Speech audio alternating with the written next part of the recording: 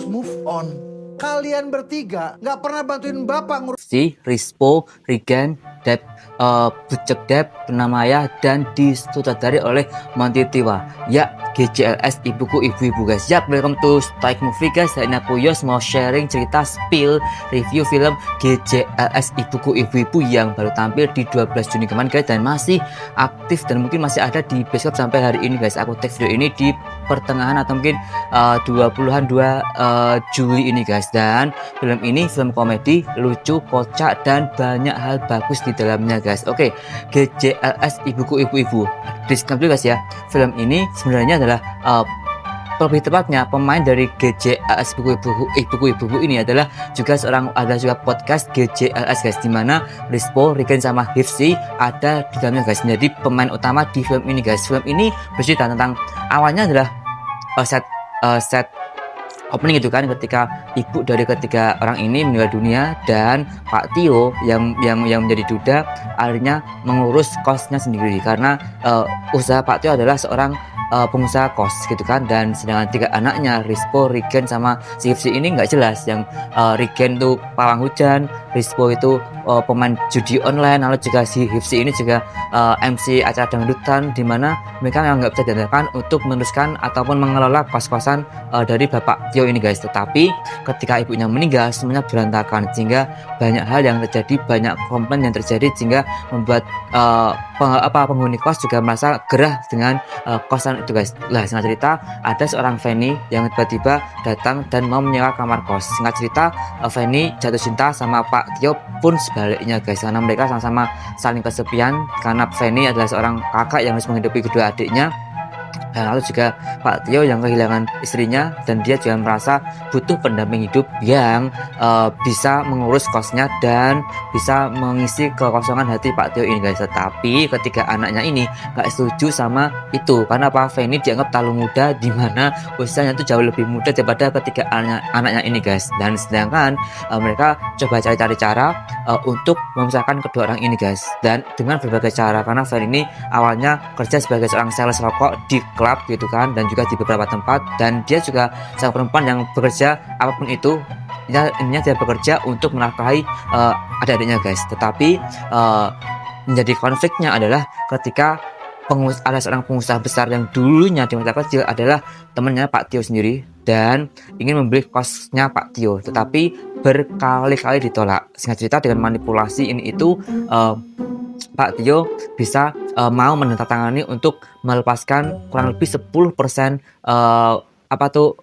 sertifikat, lebih tepatnya memberikan sertifikatnya, dan diberikan ketika itu Pak Tio sedang sakit guys, sedang sakit karena dia mungkin patah hati ya ketika Fanny itu keluar dari rumah meninggalkan Pak Tio, karena sekarang dimanipulasi dari ketiga anaknya ini, karena ingin memisahkan semua, sering gagal, dan akhirnya mendapat sebuah wejangan dari orang misterius gitu kan, yang dimana orang itu adalah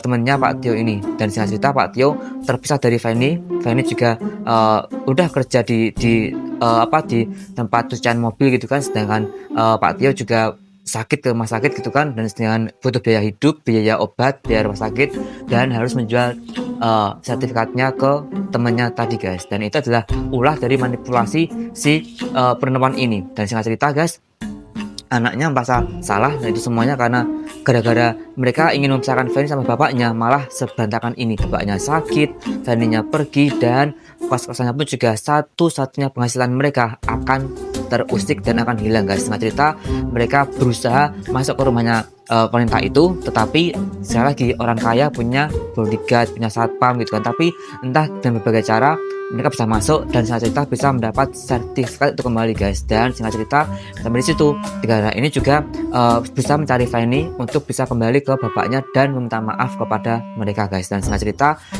kedua film ini akhirnya Pak Tio sama Fanny ini bisa kembali rujuk dan bisa hanya menikah guys ya. Dan di film ini juga banyak hal yang lucu, banyak adegan yang lucu, dan juga bagusnya adalah film ini yang membedakan adalah di beberapa adegan, beberapa scene mereka tidak meng-cut adegan itu. Jadi ada beberapa adegan yang tanda kutip salah dialog atau salah action gitu kan, tetapi tetap direkam dan diulang lagi guys. Artinya itu sesuatu yang natural dari film ini, sehingga lucunya pun juga nggak cuma lucu dialog dan juga alur cerita, tapi juga ada beberapa scene, beberapa adegan ataupun dialog yang salah tapi tetap direkam guys. Jadi value film ini juga bagus, yang pertama tentang keluarga, bagaimana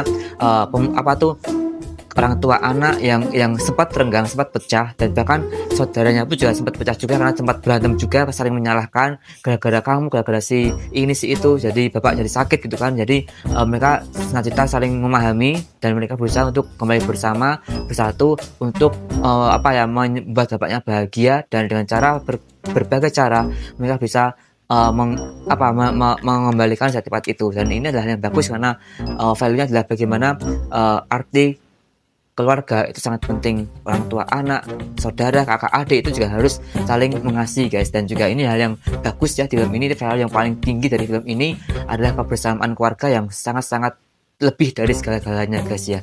Dan ini film yang masih tayang mungkin di bioskop, kalaupun nggak ada pun juga kalian bisa cari di beberapa platform film, karena film ini juga bagus, lucu, dan GCLS ibuku ibu-ibu guys. So aku Yos pamit, stay positive, keep stoic, and ciao.